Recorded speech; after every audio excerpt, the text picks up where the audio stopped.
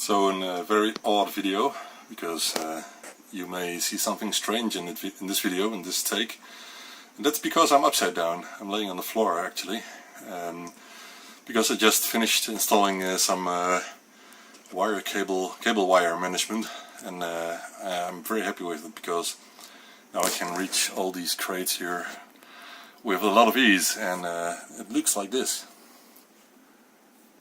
So it goes from one side of the desk complete to the other side, and then some cables go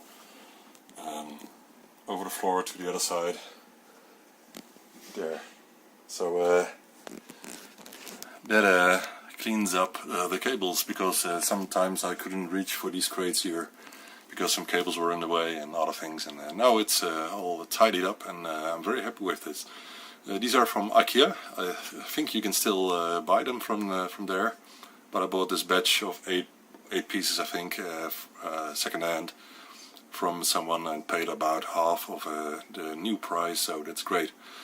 It's just a lot of work. No, actually not that lot of work. It's only a couple of screws like here, and then you screw this in. It's quite easy, and cleans up a lot of mess under your table.